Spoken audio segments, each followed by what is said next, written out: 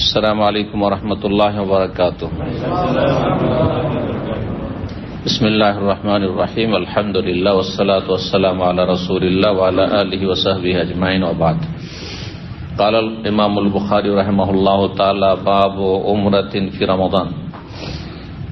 قال حدثنا مسدد قال حدثنا يحيى عن ابن جريج عن عطاء قال سمعت ابن عباس رضي الله عنهما يخبرنا يقول قال رسول الله صلى الله عليه وسلم لامرأة من الأنصار سماها ابن عباس فنسيت اسمها ما منعك أن تحجي معنا قالت كان لنا ناضح فركبه أبو فلان وابنه لزوجها وابنها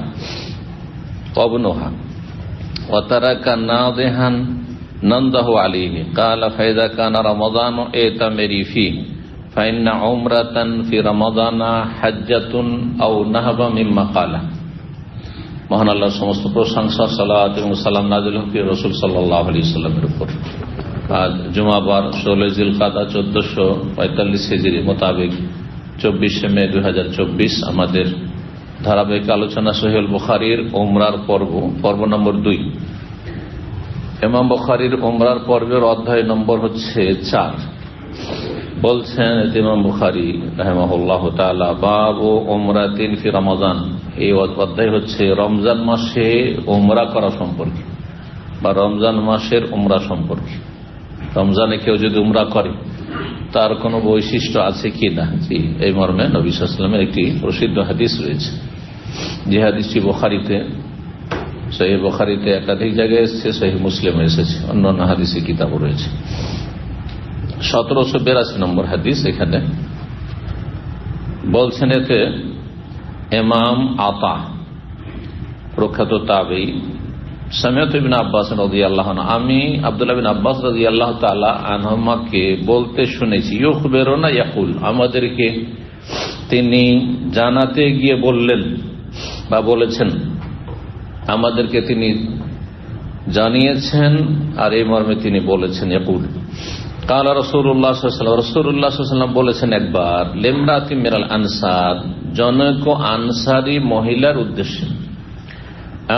মহিলার উদ্দেশ্যে সাম্মাহা ইবনে আব্বাস, আব্দুল্লাহ বিন আব্বাস রাদিয়াল্লাহু তাআলা আনহুমা তার নাম উল্লেখ করেছিলেন, ফানাসিতু ইসমাহা, কিন্তু আমি তার নামটা ভুলে গেছি। কে বলছেন? তাহলে ইবনে আব্বাস থেকে যিনি শুনেছেন, অর্থাৎ তাবেঈ আতা রাহিমাহুল্লাহ, তিনি বলছেন নাম আমি কিন্তু ভুলে গেছি ওই মহিলার। তার নাম অন্য হাদিসে এসেছে, সেই হাদিসে এখানে নেই কিন্তু অন্য জায়গায় রয়েছে। তার নাম ছিল উম্মে সেনান আল আনসারিয়া, উম্মে সেনান আনসারিয়া মানে আনসারী গোত্রের।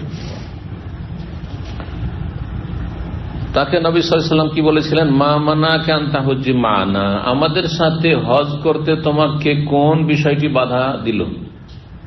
আমরা যে বিদায় হজে গেলাম আর অসংখ্য নর নারী সাহাবী সাহাবিয়াত গেছেন, তুমি কেন যাওনি হজে?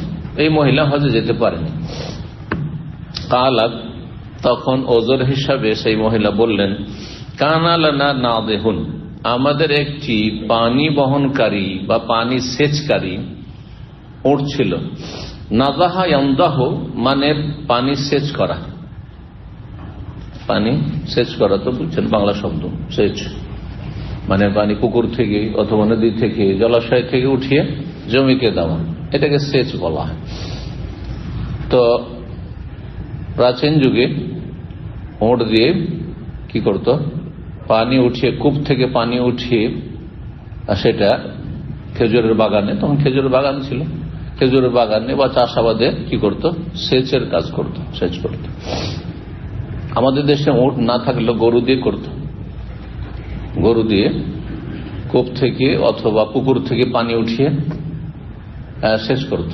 যখন পাম্পসেট মেশিন টেশিন আসেনি, এটা যুগ ছিল আজকে থেকে প্রায় 50 বছর আগে, তখন পাম্পসেট মেশিন আসেনি।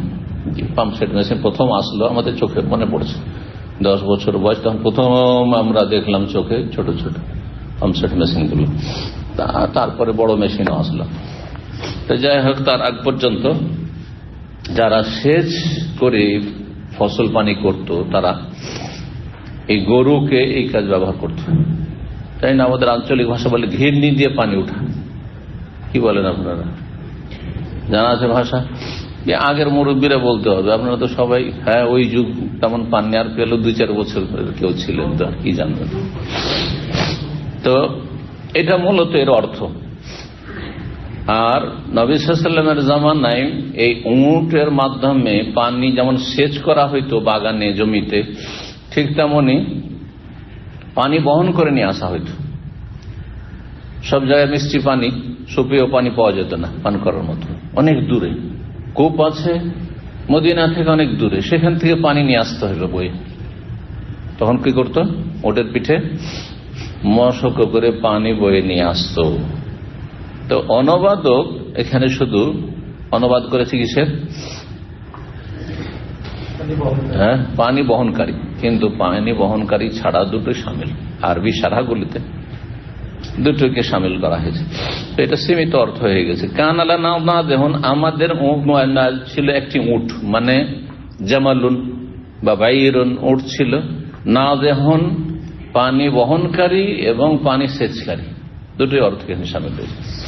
ফারাকে বাহু আবু ফুলানুন ওয়াবনুহু লিজাওজিহা ওয়াবনুহা, আর সেই উটের পিঠে চেপে হজে গিয়েছেন অমুকের বাবা, মানে তার স্বামী, আর তার ছেলে, মানে তার স্বামীর ছেলে, হু মুজাক্কার পুরুষলিঙ্গ, তার ছেলে মানে কার ছেলে? লিজাওজিহা, তার স্বামীর ছেলে, বর্তমান যে স্বামী তার ছেলে। ওয়াবনুহা, আর তার ছেলে মানে ওই মহিলার ছেলে, আর মহিলার ছেলে তার মানে এই স্বামীর ছেলে নয়। বোঝা গেছে না? স্বামী গেছে আর তার এক ছেলে গেছে যেটা এই স্বামীর সন্তান, আর এক ছেলে যেটা আগের স্বামীর সন্তান, এর ঘরে পালিত হচ্ছে, যাকে রবিব বা রবিবা বলা হয় কোরআনের ভাষায়।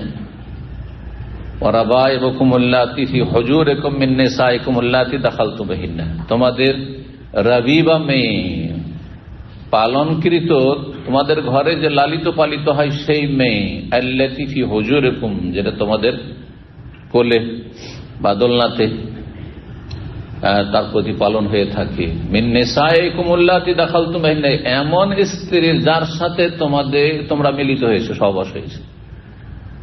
তাহলে এই ক্ষেত্রে আল্লাহ বলছেন যে এমন মেয়ে হারাম, তার মাকে বিয়ে করেছে আর তার সাথে সহবাস হয়েছে। ওই মেয়েকে বিয়ে করেছে আর তারপরে তার সাথে সহবাস হয়ে গেছে, তাহলে তখন এই মেয়েটি হারাম আগের স্বামীর। আর যদি এমনটা না হয়, ওর মাকে বিয়ে করেছে, একটা মেয়ে আছে, মেয়েটা বিয়ে দেওয়ার মতো হয়েছে, ওর মাকে বিয়ে করেছে, তারপরে তার সাথে দেখা সাক্ষাৎ হয়নি, নির্জনতা হয়নি, সহবাস হয়নি, তালাক দিয়ে দিয়েছে বা তালাক নিয়ে নিয়েছে। এখন এই মেয়েটা যে আছে আগের ঘরের স্বামীর, এ তো স্ত্রী হয়েছিল, মানে বিবাহ বন্ধন হয়েছে, কিন্তু কি হয়নি সব। এখন যদি এই মেয়েটিকে বিয়ে করতে চায় আর তার অভিভাবক বিয়ে দেয়, তো জায়েজ কিনা? আল্লাহ বলছেন জায়েজ। কিন্তু বৌমার ক্ষেত্রে আর একটা মশলা নেন, কাছাকাছি আপনার ছেলের বিয়ে দিয়েছেন একটা কার সাথে? মেয়ের সাথে, আর তারপরে আপনার ছেলে তার সাথে দেখা সাক্ষাৎ না, সহবাস না করে ছেড়ে দিচ্ছে, আপনি বিয়ে করতে পারবেন? পারবেন না। বোঝা গেছে না? বৌমা আপনার হারাম। আর তারপরে শাশুড়ি, এরকম শাশুড়ি আপনি নিজে বিয়ে করেছেন, আরেকটা মশলা, আপনি নিজে বিয়ে করেছেন আর করার পরে তার সাথে দেখা সাক্ষাৎ কিছু নেই, তালাক দিয়ে দিয়েছেন বা তালাক নিয়ে নিয়েছেন, তার মাকে বিয়ে করতে পারবেন?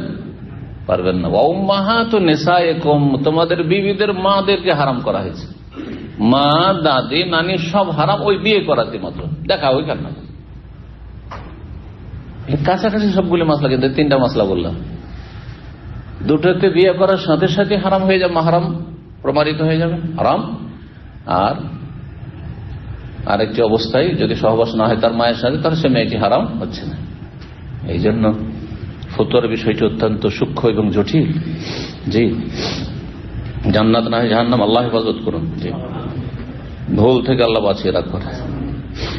তো ওরা গেছে একটা উটের পিঠে চেপে, তাহলে 3 জন গেছে। অতারাকা না দেহান, আর একটি পানি বহনকারী আর সেচকারী উট রেখে গেছে। নামদাহ আলী, যেটি দিয়ে আমরা পানি বহন করে নিয়ে আসছি আর সেচের কাজ করছি, সংসারের কাজ করছি। এখন যদি আমিও যেতাম তাহলে এই উটটাও নিয়ে যেতে হইতো, তাহলে সংসারের কাজ সব অচল হয়ে যেত। তো সংসার তো সামলাইতে হবে, যার ফলে আমি যেতে পারিনি। কারণটা বুঝতে পারলেন না যাওয়ার?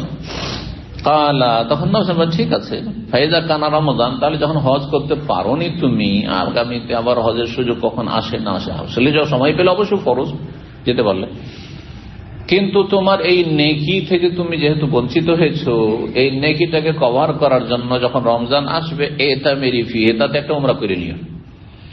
কেন? ফাইনা উমরাতান ফি রমাদান হাজ্জাতুন, কারণ রমজান মাসে একটি উমরা করা হজ, মানে হজের মতো। এখানে রয়েছে এইভাবে, আও নাহওয়া মিম্মা কালা, অথবা এইরকমই কাছাকাছি কোন শব্দ বলেছেন, বর্ণনাকারী সন্দেহ। উমরাতান ফি রমাদান হাজ্জাতুন বলেছেন, অথবা এর কাছাকাছি কোন শব্দ বলেছেন। কাছাকাছি শব্দ অন্য হাদিসে রয়েছে, ইন্না উমরাতান ফি রমাদান তাকদি হাজ্জাতান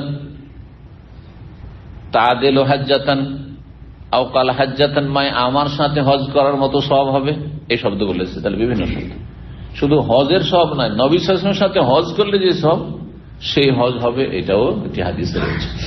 এগুলি ছিল বিভিন্ন হাদিসে এই মর্মে। তাহলে রমজান মাসের ওমরার বিশেষ ফজিলত রয়েছে। তারপরে কি একটি বিষয় চিন্তা করা যে নবী সাল্লাল্লাহু আলাইহি ওয়াসাল্লাম সাহাবায়ে কেরামগণ এইরকম ভিড়ভাড় করে রমজান মাসে চেটি হলো, হ্যাঁ রমজান মাসে একটা ওমরা করেছেন, পাবেন না কোথাও একটি হাদিস, তাই না? ফজিলত পেলাম, কিন্তু সাহাবায়ে কেরাম এই ফজিলতকে কেন্দ্র করে একবার এমন ভিড় করবেন যে রমজান হজের মতো হয়ে যাচ্ছে, করেছেন? কিন্তু আজকাল মানুষরা করছে। তাহলে কিছু কিছু বিষয় এত গুরুত্বপূর্ণ নয়, কিন্তু সেটাকে অনেক গুরুত্বপূর্ণ মনে করে নিচ্ছে মানুষরা আজকাল। ধর্মের বিষয় বাস্তবটা খেয়ালই করে না।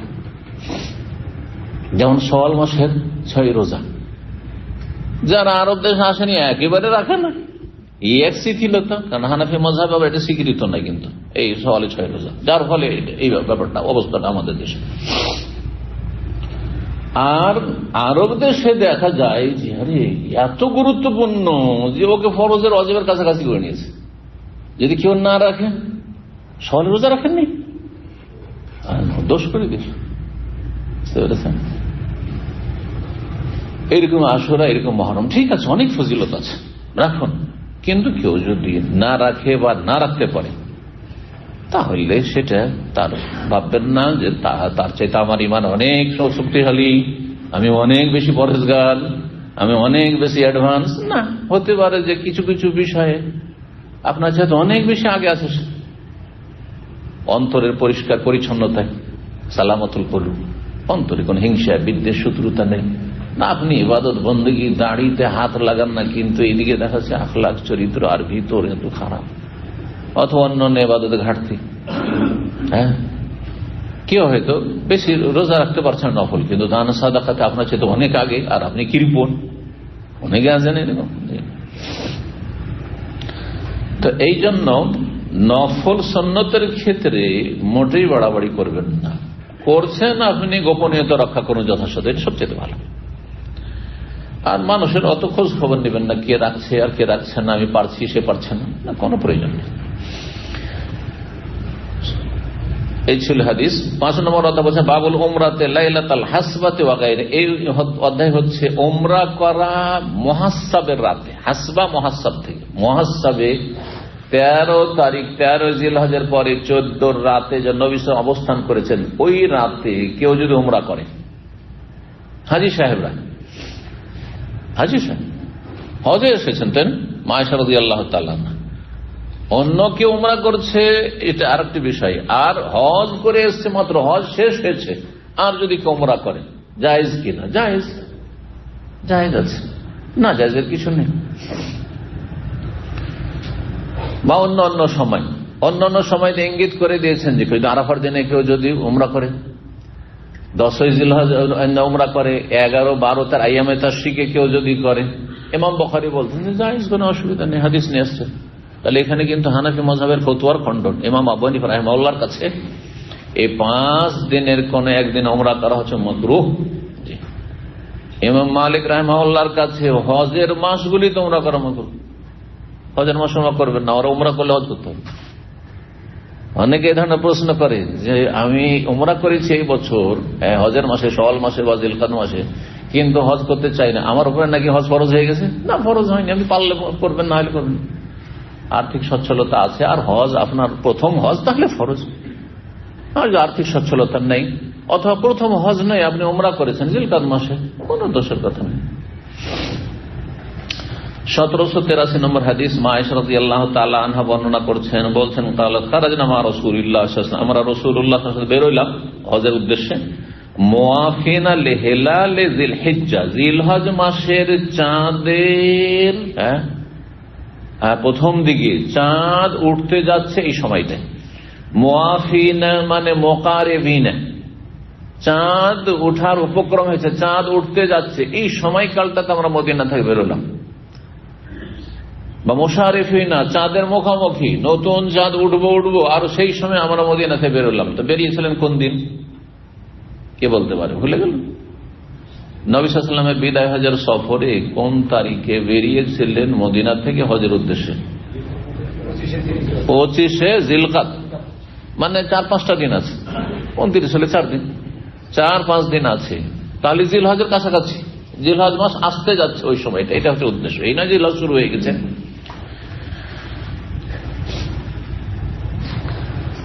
ফাকাল লানা, তারপরে নবী সাল্লাল্লাহু আলাইহি ওয়াসাল্লাম বলে, মান আহাব্বা মিনকুম আইয়ুহিল্লা বিল হজ ফালিয়ুহিল্লা, কেউ যদি তোমাদের তালবিয়া পাঠ করতে চায় শুধু হজের মানে হজে ইফরাদ করবে তাই করুক।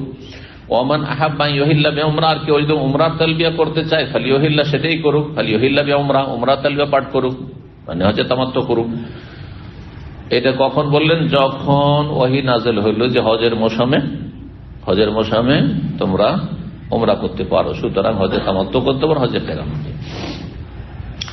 তারপরে নবী সাল্লাল্লাহু আলাইহি ওয়াসাল্লাম বললেন, আমি কিন্তু হালাল হতে পারছি না, আমাকে এর অবস্থায় থাকতে হবে। ফালাউলা আন্নী আহাদাইতু, আমি যদি হাদি না নিয়ে আসতাম, লা আহলালতু বিউমরা, তাহলে উমরার ইহরাম বাঁধতাম, মানে উমরার নিয়তে পরিবর্তন করে নিতাম আমার হজকে, আর তারপরে আমি মাঝখানে হালাল হয়ে থাকতাম, 8 তারিখে ইহরাম বেঁধে হজ করতাম। কালাত, মা আয়েশা বলছেন, ফামিন্না মান আহাল্লা বিউমরা, আমাদের মধ্যে কেউ কেউ উমরার তালবিয়া করেছিলেন মানে হজে তামাত্তু, ওয়া মিন্না মান আহাল্লা বিহাজ্জিন, কেউ কেউ আমাদের হজের তালবিয়া পাঠ করেছিলেন। ওয়া কুনতু মিম্মান আহাল্লা বিউমরা, আমি তাদের অন্তর্ভুক্ত ছিলাম যারা উমরার তালবিয়া পাঠ করেছিলেন মানে হজে তামাত্তুর নিয়ত করেছিলেন। কিন্তু আরাফার দিন আসতে কি হয়ে গেল, আমার মাসিক চলে আসলো। 10 তারিখে তওয়াফে ইফাদা করতে হবে, আর আরাফার দিনে মাসিক। ফাআযাল্লানি ইয়াউমু আরাফাত ওয়া আনা হাইজ, আরাফার দিন চলে আসলো, আমি ঋতুবতী। আরাফার দিন চলে আসছে না, তার আগে থেকে, ভুল করে দিয়েছি এখানে, সেটা হচ্ছে আগে থেকেই কে মাসিক এসে আছে। মক্কায় যখন আসলেন, তাহলে ওমরা যদি আলাদা করে করতে হয় কি করতে হবে? বাইতুল্লাহ তাওয়াফ করতে হবে। মাসিক চলে এসে রাস্তা থেকে মক্কা ঢোকার আগে মাসিক চলে, বা মক্কা ঢুকতে যাচ্ছেন সারিফ নামক স্থানে, তখন মাসিক চলে এসেছে। এই মাসিক চলতেই থাকলো। কয় তারিখে এসেছিলেন? 4 জিলহজ, 4, 5, 6, 7, 8, 4 তারিখ আসলেন। 4, 5, 6, 7, 8, 9, 6 দিন। তাহলে 6 দিন পর্যন্ত কি চলছে? মাসিক চলছে। তো আরাফার দিন চলে আসলো, আর আমি ঋতুবতী আছি, মানে মাসিকে চলছে। তাহলে আর আলাদা করে ওমরা করার সময় হলো না, কারণ আরাফাতে হাজির হইতে হবে, তো এখন তো আর সময় নেই। নবী সাল্লাল্লাহু আলাইহি ওয়াসাল্লামকে বললাম, তখন বললেন যে এখন কি করো, তোমার উমরাকে হজের মধ্যে প্রবেশ করিয়ে না, ঢুকিয়ে নাও, দুটোকে একসাথে করে দাও, তার মানে হজে হেরান করে নাও। ফাশাকাউতু ইলান নবী সাল্লাল্লাহু আলাইহি ওয়াসাল্লাম, আমি নবী সাল্লাল্লাহু আলাইহি ওয়াসাল্লামের কাছে অভিযোগ করলাম যে এমনটা হয়ে গেল, তো করবো কি? আরাফার দিন চলে আসলো। ফাকাল, বল উরফুজি উমরাতাকে, তোমার যে পৃথক উমরা সেটাকে ছেড়ে দাও, মানে আলাদা উমরা ছেড়ে দাও। এর মানে না যে উমরা বাদ দাও, উমরা আলাদা করে বাদ দাও। রাফাদা ইয়ারফুজু মানে হচ্ছে ছেড়ে দেওয়া, ছুঁড়ে ফেলা। এটা এখান থেকেই শিয়াদেরকে রাফেজা বলা হয়। শিয়াদের কি বলা হয়? রাফেজা। তারা কোরআন সুন্নাহকে ছুঁড়ে ফেলে দিয়েছে, সাহাবায়ে কেরামদের ভালোবাসাকে ছুঁড়ে ফেলে দিয়েছে, খোলাফায়ে রাশেদিন আবু বকর, ওমর, ওসমানের খেলাফত তারা ছুঁড়ে ফেলেছে। জি, আলী রাদিয়াল্লাহু তাআলা আনহুর সঠিক যে আদর্শ সেটাকে ছুড়ে ফেলেছেন। আলী রাদিয়াল্লাহু তাআলা আনহু, আবু বকর, ওমর, ওসমান সবার সাথে তার আন্তরিক মহব্বত ছিল। আর আলীর দোহাই দেয়, হাসান হোসেনের দোহাই দেয়, আর সাহাবায়ে কেরামদের সাথে চরম শত্রুতা, ইহুদি নাসারা এত শত্রুতা নেই। জি, আল্লাহ রাব্বুল আলামিন তাদের উচিত শাস্তি দান করুন, বিচার করুন, তাদেরকে লাঞ্ছিত করুন যারা সাহাবায়ে কেরাম দুশমন, এবং তাদের যারা পৃষ্ঠপোষক এবং তাদের সাথে মহব্বত, তাদেরকে লাঞ্ছিত করুন। তুমি তোমার উমরা ছেড়ে দাও, ওয়ান কদিউ রাসাকে, আর তোমার মাথার বেনি খুলে নাও, অমতা সেতি, আর তুমি চুল আঁচড়িয়ে নাও, ও আহিল্লি বিল হজ্জ, আর এখন হজের তালবিয়া শুরু করে দাও। মানে এখন হজের সময় চলে এসেছে যেহেতু, তো এখন হজে প্রবেশ করো। আর শুধু হজ মানে হজে ইফরাদ নয়, হজে কেরান, ওর সাথে উমরা সামিল। ফালাম্মা কানা লাইলাতুল হাসবা, যখন মুহাসসাবের রাত আসলো, মানে 13 তারিখ শেষ হয়ে 14 তারিখের রাত মুহাসসাব নামক স্থানে নবী সাল্লাল্লাহু আলাইহি ওয়াসাল্লাম অবস্থান করছেন সাহাবায়ে কেরামদেরকে নিয়ে। আরসালা মাই আব্দুর রহমান ইলা তানিম, তখন আমার সাথে আমার ভাই আব্দুর রহমানকে পাঠিয়ে দিলেন তানিম নামক স্থানে। ফা আহলালতু বিউমরা, আর আমি উমরার তালবিয়া পাঠ করলাম, লব্বাইক উমরা মাকানা উমরাতে, আমার আগের উমরার পরিবর্তে। এটি তার ধারণা যে আমি আগের উমরার যে আলাদা করতে পারি সেজন্য আলাদা উমরা, সেজন্য এটি তার পরিবর্তে, কিন্তু আসলে পরিবর্তে না, এটি অতিরিক্ত। তার আগে উমরা অলরেডি হয়েছে। এই জন্য সঠিক কথা হচ্ছে, সঠিক ব্যাখ্যা হচ্ছে যে আয়েশা রাদিয়াল্লাহু তাআলা হজ ছিল হজে কেরান, হজে ইফরাদ নয়।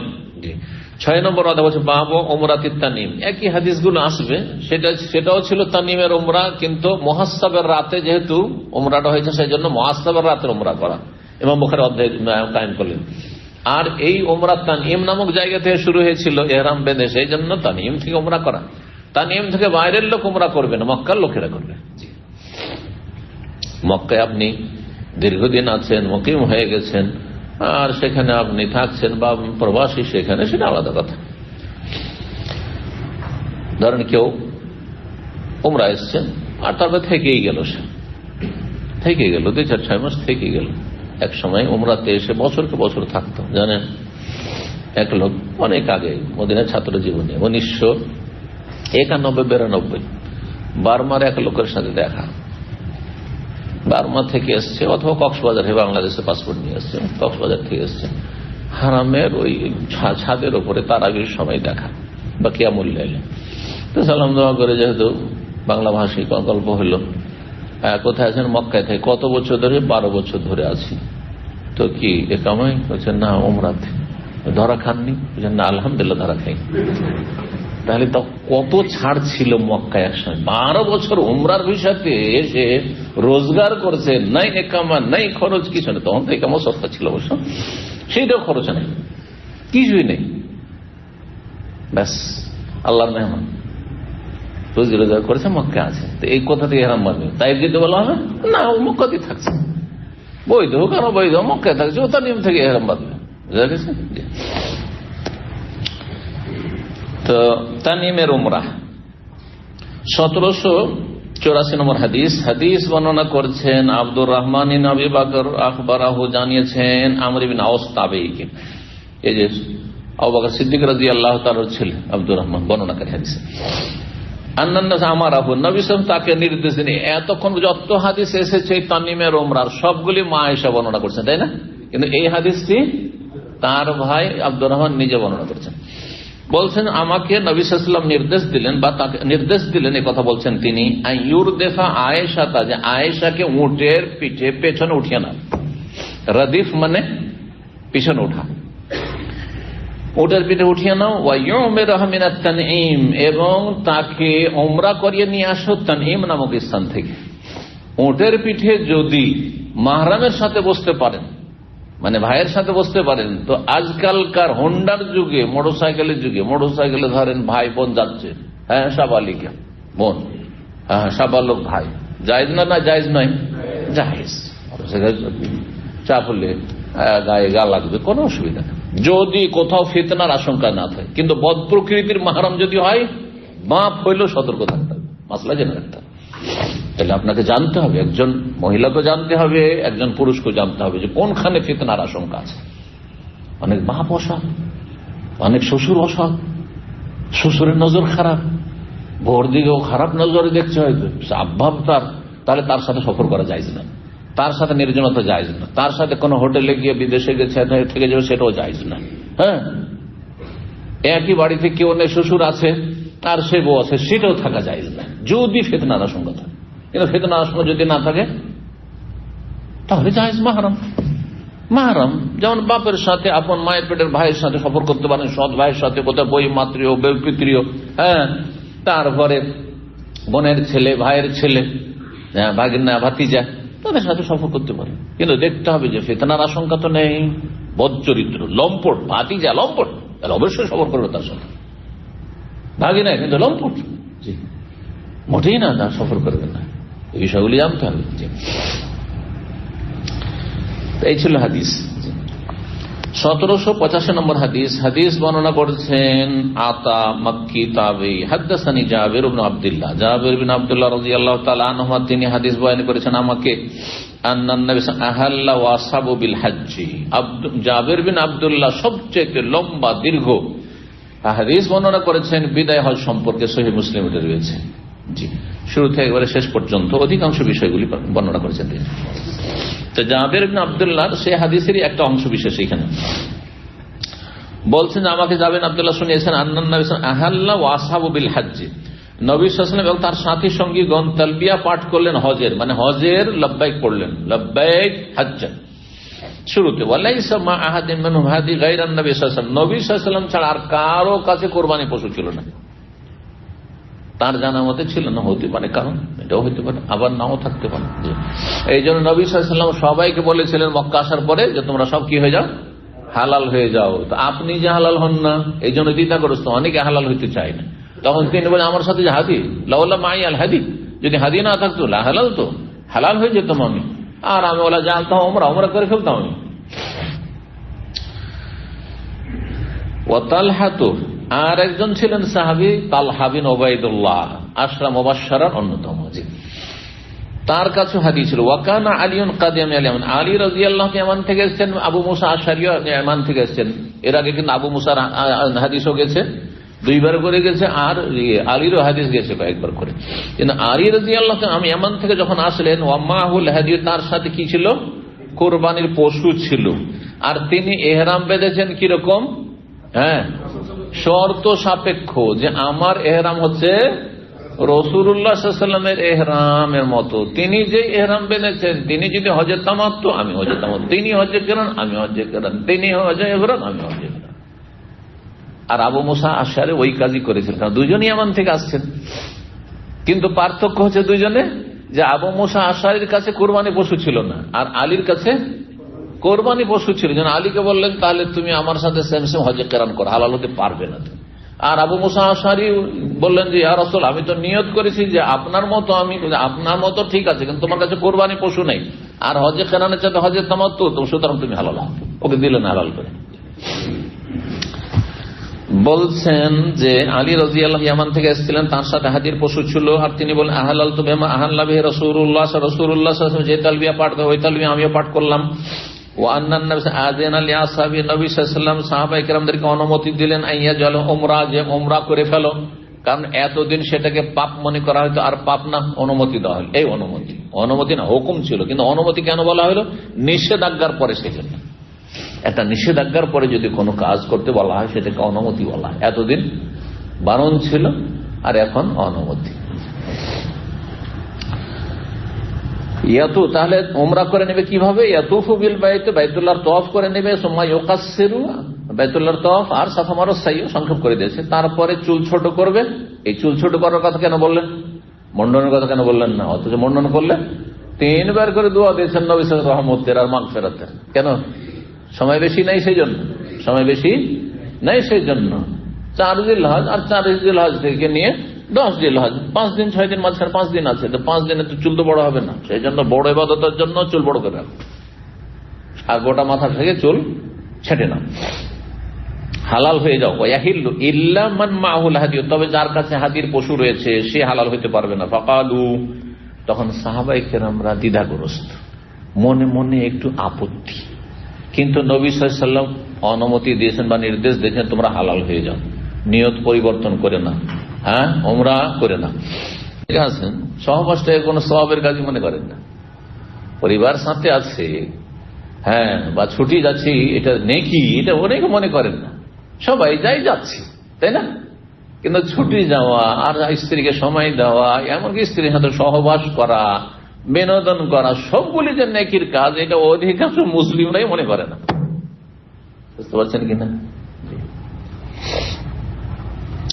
তো বলছেন নাম তাহলে পেলাম মেনা, আমরা মেনা রওনা দিব কয়েকদিন পরে, ওয়াজাকারু আহাদান একতর, আর আমাদের গুপ্তাঙ্গ থেকে, জাকার পুরুষলিঙ্গকে বলা হয়, গুপ্তাঙ্গ থেকে বীর্য ফোটা ফোটা পড়তে থাকবে, এটা শাব্দিক অর্থ। কাতারা একতর, কাতরাতে, কাতরা মানে কি? বিন্দু ফোটা। এটা কেমন হইল যেন আপত্তি। ফাবালাগান নবী সাল্লাল্লাহু আলাইহি ওয়াসাল্লামের কাছে এই তাদের দ্বিধা দ্বন্দ্ব আর আপত্তিটা পৌঁছে গেল, যে এইরকম লোকেরা মন্তব্য করছে যে আমরা কেমন করে হালাল হব এই সময়টা, স্ত্রী সহবাস করে কেউ। এখন অনেকে আছে বড় ইমানি আবেগ নিয়ে আসে, দিনের সম্পর্কে জ্ঞান কম আর আবেগ বেশি, ধর্মীয় আবেগ বেশি, যার ফলে মনে করে যেখানে আল্লাহ রাসূল সাল্লাল্লাহু আলাইহি ওয়াসাল্লামের কবর, আর এইখানে আমি বেয়াদবি করবো স্ত্রী সহবাস করে মদিনায় হোটেলে, এইখানে আল্লাহর ঘর, আর এখানে এসছি হজে, উমরা সাল্লাম আবার হজ করবো, আর এর মাঝখানে আবার স্ত্রী সহবাস করবো। যদি মনে জানতো এই বিষয়টি ভালো করে, যে এটাও সবের কাজ, এটাও সাদাকা, এতে আমার দৃষ্টি নত হবে, আমার স্ত্রীরও দৃষ্টি নত হবে, সে গুনাহ থেকে বাঁচবে, তাকে আমি গুনাহ থেকে বাঁচাবো, সে আমাকে গুনাহ থেকে বাঁচাবে, কত লাভ। তারপরে নেক্সট সন্তান হবে, সেটা আমাদের জন্য সাদাকা হবে।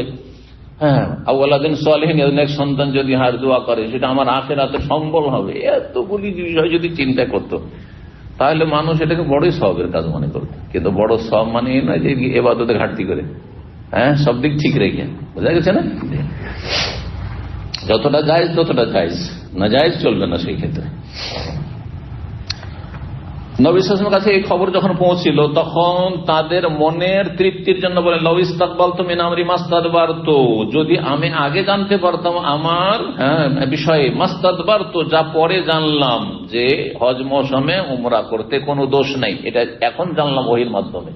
আগে যদি জানতে পারতাম মদিনা থাকাকালীন, তাহলে মা আহদাইতু, আমি কুরবানির পশু নিয়েই আসতাম না, হাদির পশু নিয়ে আসতাম না।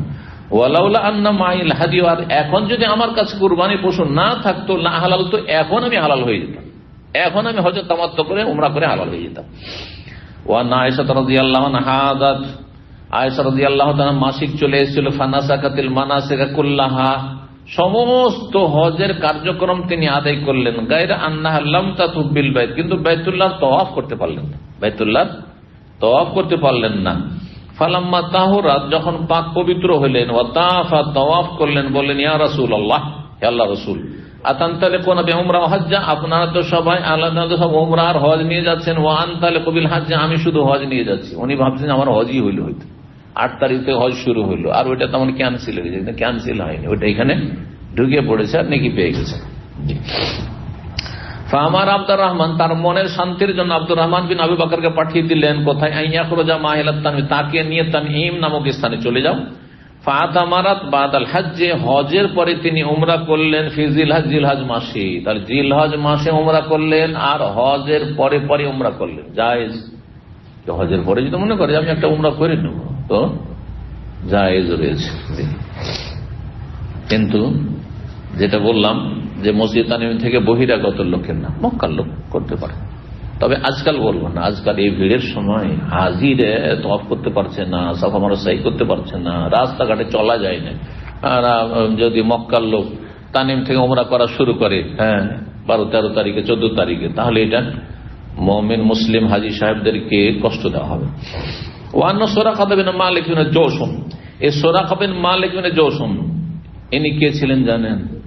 ইনি বিশিষ্ট সাহাবী পরে, কিন্তু কত বড় রাসূলুল্লাহ সাল্লাল্লাহু আলাইহি ওয়াসাল্লাম একসময় দুশমন ছিলেন, জানা আছে সিরাতুন নবীতে, হিজরতের ঘটনায়। 100 উটের পুরস্কার যখন মক্কার কাফেররা ছেড়েছিল, সবাই সব চিরুনি তল্লাশি করছে যে কোথায় পাওয়া যায়, মোহাম্মদকে জীবিত এনে দিতে পারে অথবা মৃত তাকে যদি এনে দিতে পারে, তার মাথাটা কেটে নিয়ে এসে দিতে পারে, তাহলে 100 উটের পুরস্কার। এই লোভ কি আর সামলাতে পারে? তন্ন তন্ন করে বুঝছে, কিন্তু পাচ্ছে না।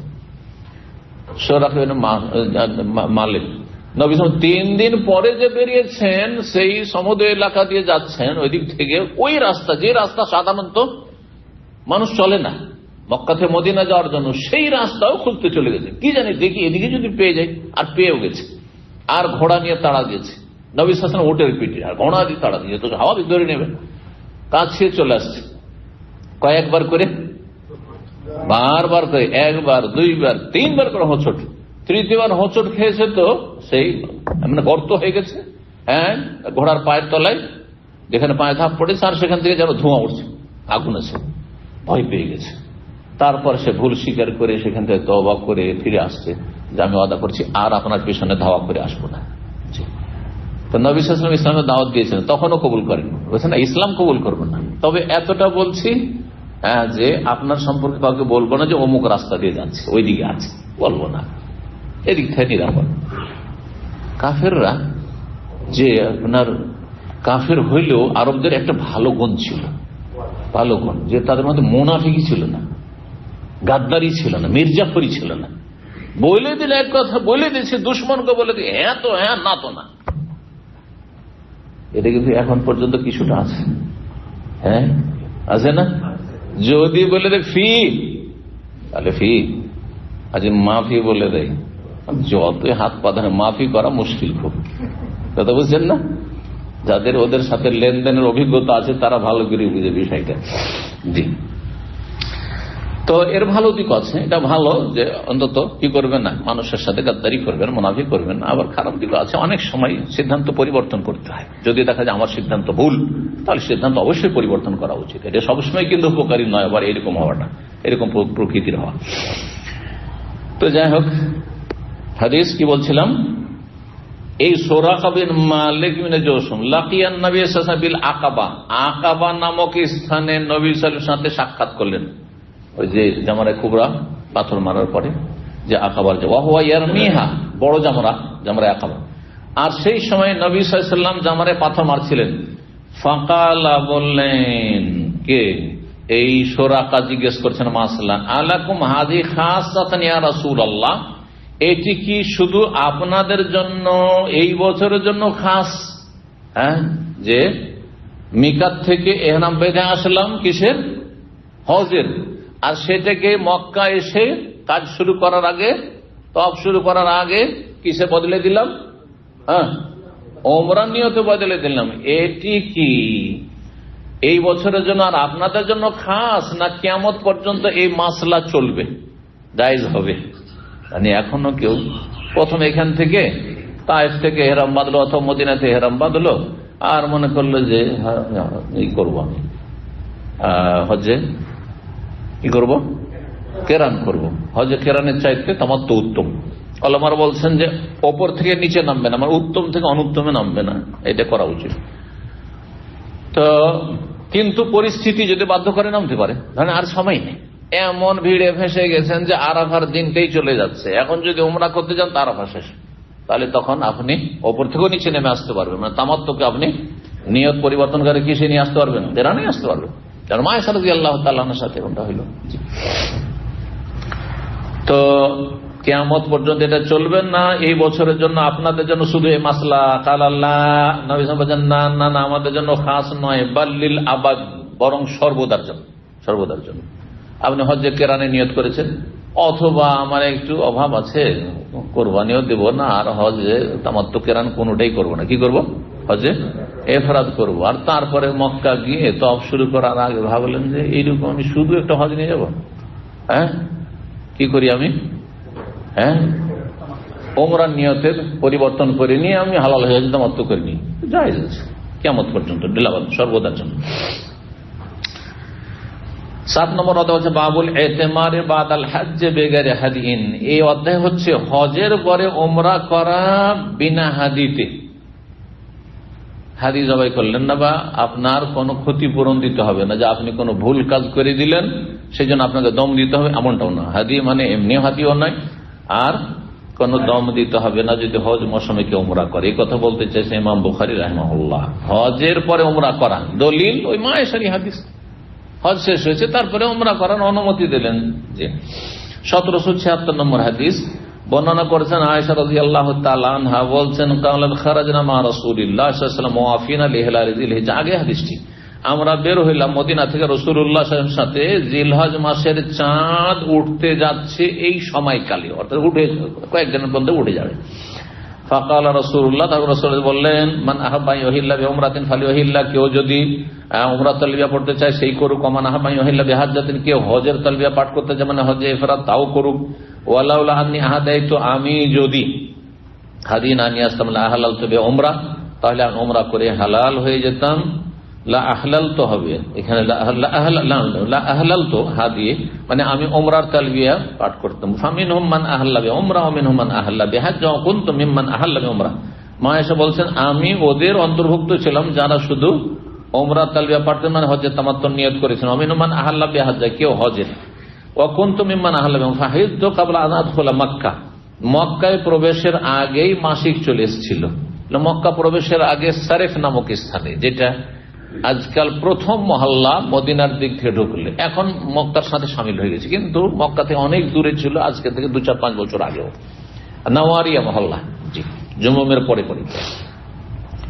তো বলছেন যে মক্কা প্রবেশের আগে আমার মাসিক চলে আসলো। ফাদরাকানি ইয়াউমা আরাফা, আরাফার দিনও আমাকে পেয়ে গেল। ওয়ানা হায়দরিতু অবস্থায়, মাসিক অবস্থায় আরাফার দিন চলে আসলো, সুতরাং আর উমরা করা সম্ভব হলো না।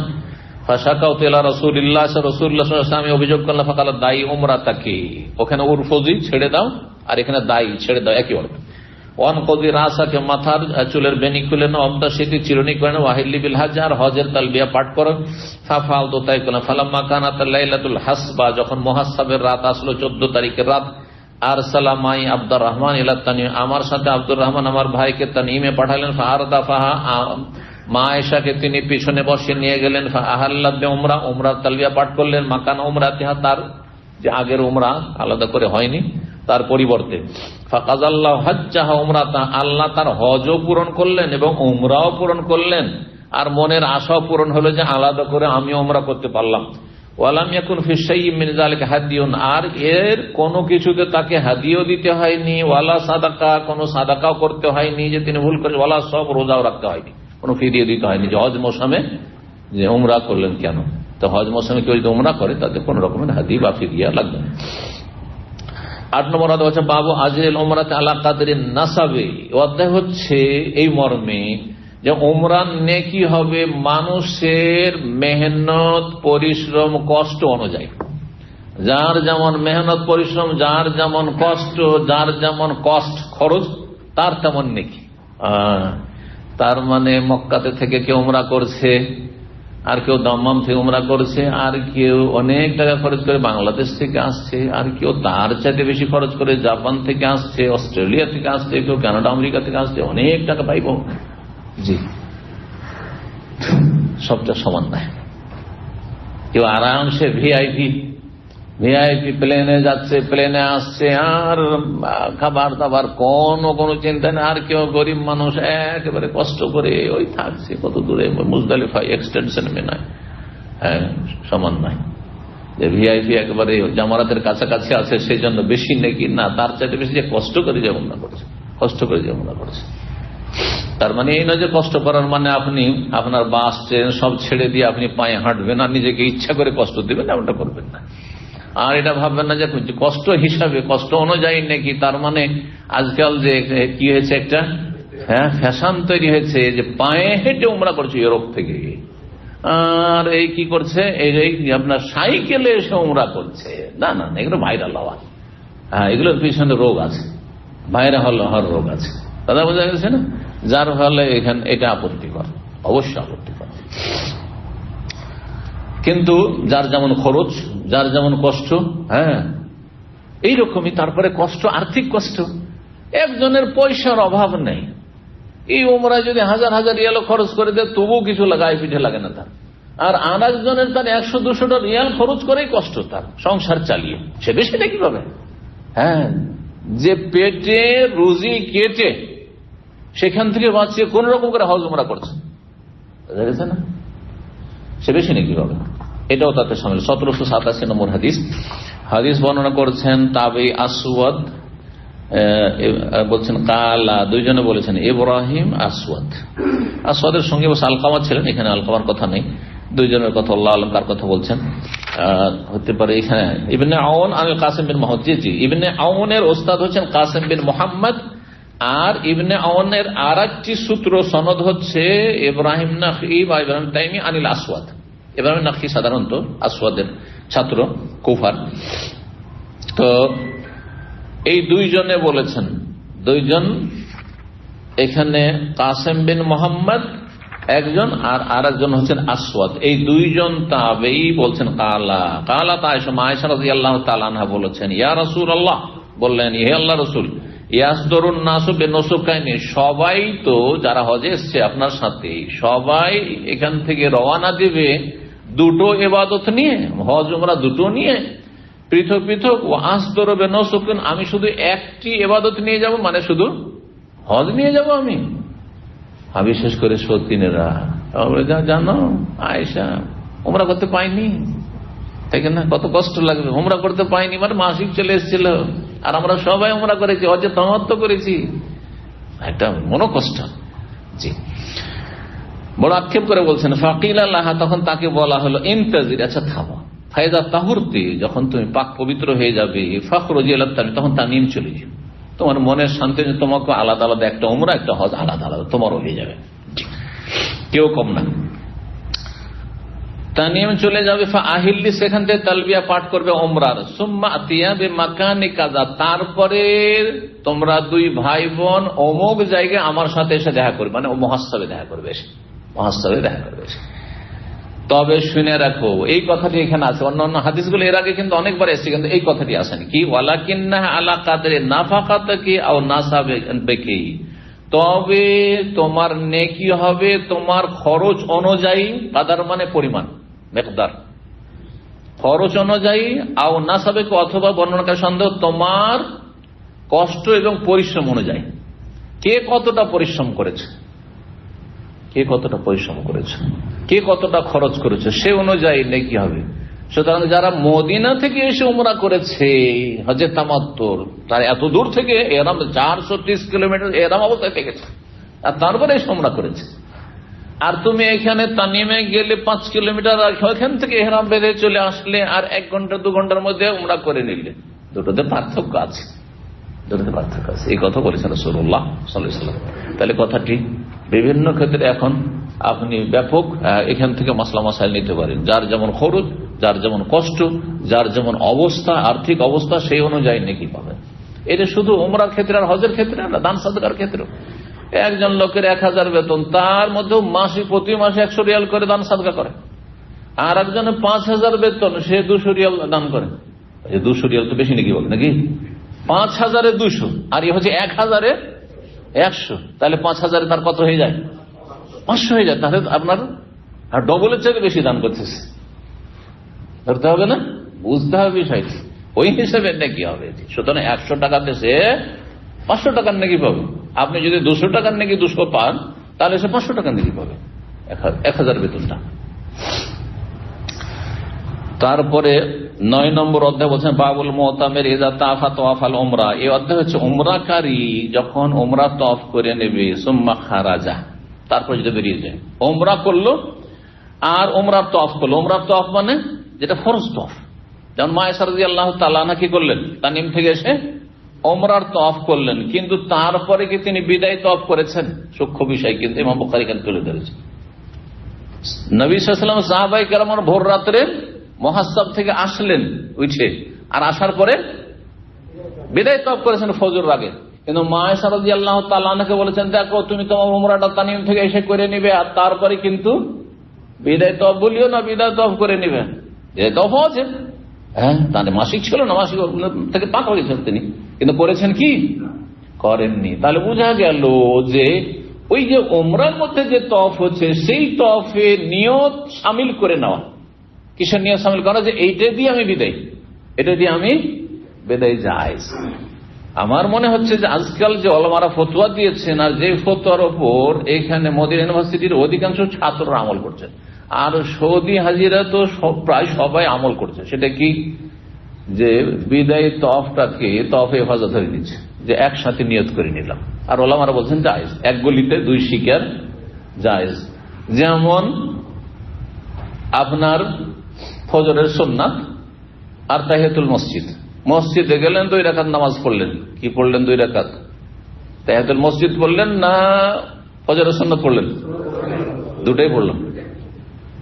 এক গলিতে 2 শিকার। বরং যদি নিয়াত করেন যে আল্লাহ এটা তাহিয়াতুল ওযু আমার, ওযু এক্ষুনি ওযু করে এলাম, তাহিয়াতুল ওযু আমার, তাহিয়াতুল মসজিদ আমার, আর ফজরের সুন্নাত, 3টাই আদায় হয়ে গেল। হ্যাঁ, এক গলিতে 3 শিকার। প্রবাদে তো এক গলি 2 শিকার আছে, কিন্তু এক গলিতে 3 শিকার হয়ে গেল। বোঝা গেছে না? ঠিক ওই রকমই এখানেও, কিন্তু এখানে ওই যে ওমরার যে তওয়াফ, সেটা দিয়ে যখন কাজ হয়েছে, তাহলে কেউ যদি 10 তারিখে তওয়াফ না করে, এর ভাড়া আছে, সুতরাং আমি তওয়াফ করলাম না। বিশেষ করে ফ্যামিলি থাকলে, যারা যুবক মানুষ, তারা এত সস্তা হজ না করে উচিত। আমার এতে কিন্তু মনের তৃপ্তি হয় না। যদি আমি একা থাকি, আমার সাথে পরিবার না থাকে, অথবা কচি কাঁচা বাচ্চারা না থাকে, কোনো বৃদ্ধ মানুষ না থাকে, বাপ মা না থাকে, তাহলে এমনটা না করে ভালো। ইজতিহাদি ফতোয়ার আমল।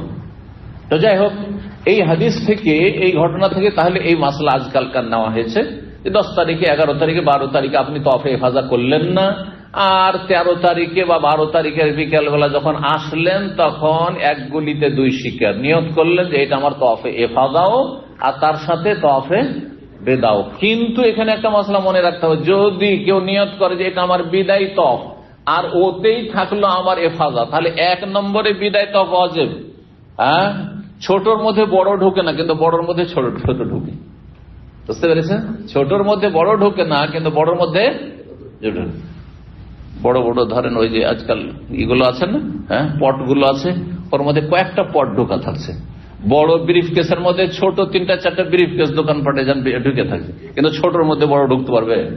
তাহলে বড়টা কি হজের ক্ষেত্রে?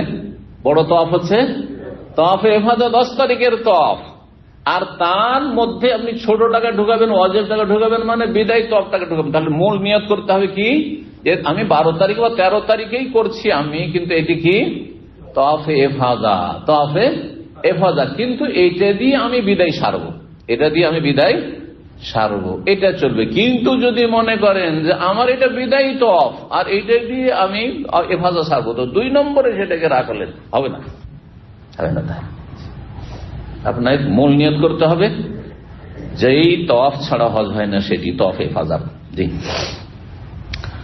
তো 1788 নম্বর হাদিস, এই হাদিসের সাথে ইনশাআল্লাহ তাআলা আমরা শেষ করবো। আয়েশা রাদিয়াল্লাহু তাআলা বলছেন, আর হাদিস কিন্তু এর আগে বারবার করে এসেছে, সামান্য কিছু শব্দের পার্থক্য যেখানে আছে সেটার অর্থ করব।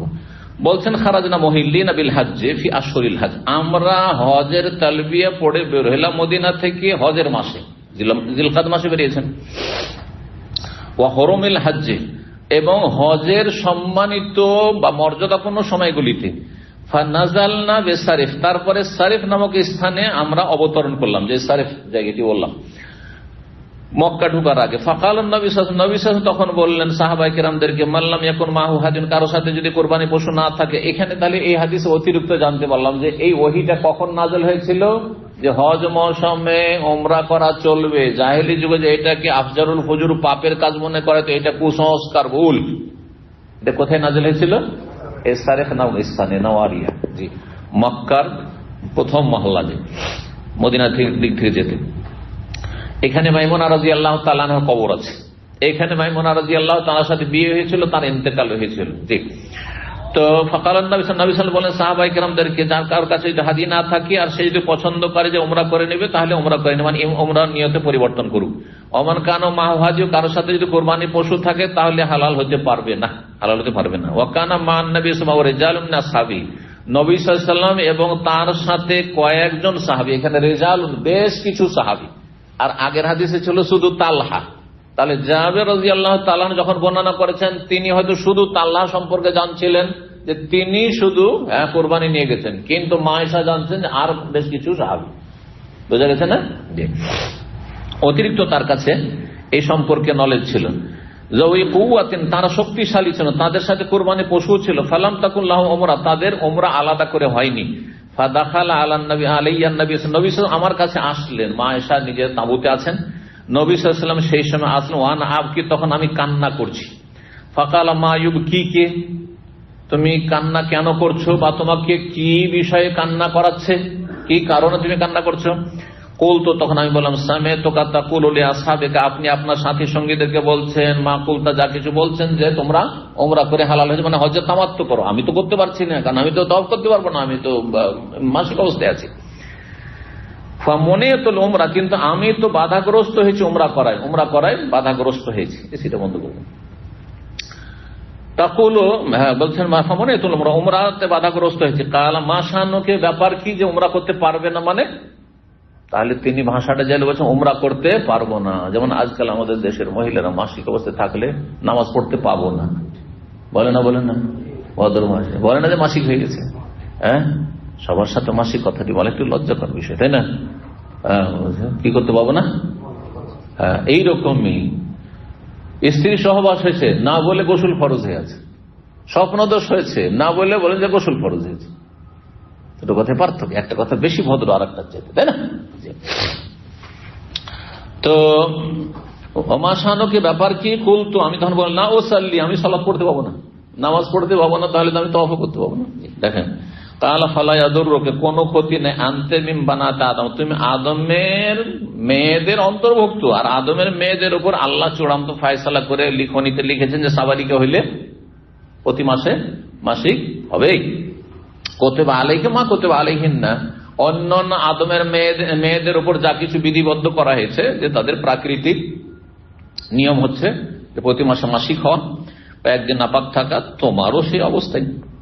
ফাকুনি ফি হাজ্জা থেকে, সুতরাং তুমি তোমার হজে অবস্থান করো আর হজে নিয়তে থাকো। আসাল্লাহু আইয়ারযুকাকেহা, হতে পারে আল্লাহ তোমাকে একটা উমরাও দিয়ে দিবেন পরে, মানে নবী সাল্লাল্লাহু আলাইহি ওয়াসাল্লাম তার মনের শান্তির জন্য আশ্বস্ত করলেন যে তুমি পরে উমরা করে নিতে পারো, হতে পারে যে আল্লাহ একটা উমরা সুযোগ দিয়ে দেবেন। তারপর কালাত মা আয়েশা বলছেন, ফাকুনতু, তাই এই অবস্থায় থাকলাম, হাত্তা নাফারনা মিন মিনা, আর মিনা থেকে আমরা রওনা দিলাম 13 তারিখে বিকালবেলা চলে আসলাম। ফানাজালনাল মুহাসসাব, আর মুহাসসাবে আমরা অবতরণ করলাম। ফাদা আব্দুর রহমান, আর আব্দুর রহমান আমার ভাইকে ডাকলেন নবী সাল্লাল্লাহু আলাইহি ওয়াসাল্লাম, আর বললেন, ও খুরুজ বে উখতিকিল হারাম, তুমি তোমার বোনকে নিয়ে হারামে চলে যাও। আর ফালতুহিল্লা বি উমরা, একটি উমরা করেন। হারামে চলে যাও মানে একেবারে সংক্ষেপ করে দেওয়া হয়েছে এই হাদিসে। সরাসরি হারামে যাবে না, তানিম যেতে বললেন, তানিম যাও, তানিম থেকে এসে হারামে এসে বাইতুল্লাহ তওয়াফ করা, সব আমরা সাই করো, এতখানি কথা এখানে আছে। তো বলছেন যে উমরা করে নিক একটি, সুম্মা ফরগা, কিন্তু এ কথা বললেন যে তুমিও একটা উমরা করে নিও যখন তার সাথে যাচ্ছ, বলেছেন। যদি এটা বলতেন তাহলে আজকাল তানিমের উমরা করা বাইরের হাজিদের জন্য বা উমরাকারীদের জন্য, বা এক সফরে কয়েকটা উমরা করা, তাহলে শরীয়ত সম্মত হইত। কিন্তু সাথে গিয়েছেন, তিনি উমরা করেননি, তাকে নবী সাল্লাল্লাহু আলাইহি ওয়াসাল্লাম উমরা করতেও বলেননি, অথচ নবী সাল্লাল্লাহু আলাইহি ওয়াসাল্লাম কোন নেকির কাজে উৎসাহিত করবেন না অনুৎসাহিত করবেন? হ্যাঁ, উৎসাহিত করবেন, কিন্তু বললেন না নবী সাল্লাল্লাহু আলাইহি ওয়াসাল্লাম কিছু। তার মানে এরকম উমরা নেই আসলে। জি, আসল হচ্ছে যে নেই এরকম। এই উমরা হচ্ছে মক্কা লোকদের জন্য, বা কেউ করতে পারেননি। হ্যাঁ, আর সেখানে আছে, আগে নিয়ত ছিল না, পরে নিয়েছে। মক্কায় গেছেন আপনি, ধরেন কফিলের তলাশে অথবা কাজের তলাশে এমনি চলে গেছেন, তখন উমরা করার নিয়ত ছিল না। অনেকে আমরা এরকম চাই, বিভিন্ন কাজে চলে গেলাম হয়তো, বিশেষ করে যারা ঘন ঘন মক্কা যায়। তারপরে মক্কা যাওয়ার পরে নিয়তটা পরিবর্তন হলো যে একটা উমরা তো করতে হবে, তাকে বলবো না যে জরুরি এখন তাইফ যাও। কিন্তু যে প্রথম থেকেই নিয়ত রেখেছিল যে আমি উমরা করব, তাহলে তাকে মিকাতে ইহরাম বেঁধে যেতে হতো। সুতরাং সে যদি পরে বলে যে আমি তো উমরা এখন এইখানে মক্কা থেকে নিয়ত করব, না, তা নিয়মে চলবে না। তোমার আগে থেকে যখন নিয়ত আছে যে উমরা এই সফরে করব, তাহলে তুমি ফিরে যাও। তাই দুটো কথায় পার্থক্য আছে। জি, তো বলছেন যে উমরা করে না, সুম্মা ফুরগা মিন তাওয়াফে, তাওয়াফ থেকে তোমরা ফারিগ হয়ে যাও। আনতাজিরুকুম হাহুনা, এখানে তোমাদের জন্য অপেক্ষা করে মুহাসসাবি। ফাআতাইনা ফি জাওফিল রাতের অন্ধকারে আমরা আসলাম। ফাকালা, নবী সাল্লাল্লাহু আলাইহি ওয়াসাল্লাম বললেন, ফারাকতুমা তোমরা সমাপ্ত করেছো, শেষ করেছো উমরা? কুলতু নাম, আমি বললাম। আয়েশা বলছেন হ্যাঁ। ফানাদা বির-রাহিল ফি আসহাবি, তখন সাহাবায়ে কেরামদেরকে প্রস্থান করার জন্য ঘোষণা দিলেন। ফারতাহালান নাস, লোকেরা সব রওনা দিল। ওমান তাফা বিল বাইত ক্বাবলা সালাতুস সুবহি, আর যারা বাইতুল্লাহর তওয়াফ করে নিয়েছে ফজরের আগে আগে, সুম্মা খারাজা মুআজ্জিহান ইল মদিনা, তারপরে মদিনার উদ্দেশ্যে রওনা দিয়ে দিলেন, বেরিয়ে পড়লেন, মদিনা বেরিয়ে পড়লেন। ফজরের আগে বাইতুল্লাহর তওয়াফ, বিদায় তওয়াফ সাহাবায়ে কেরামগণ করেছেন। মা আয়েশা রাদিয়াল্লাহু তাআলা আনহা কি করেছেন? তওয়াফ করেছেন না? ওই তওয়াফ, ওই যে উমরার সাথে তওয়াফ করে, সেটাই বিদায় তওয়াফ তার দ্বারা হয়ে গেল। সেটা উমরারও তওয়াফ হলো, যেটা ফরজ রুকুন, আর বড়টার মধ্যে ছোটটাও ঢুকে গেল, বিদায় তওয়াফ তাতে শামিল হয়ে গেল। এখানে আজকের আলোচনা শেষ করছি। ওয়া জাযাকুমুল্লাহু খাইরান ওয়া সাল্লাল্লাহু সাল্লাম আলা নবিয়িনা মুহাম্মদ ওয়া আলা আলিহি ওয়া সাহবিহি আজমাইন।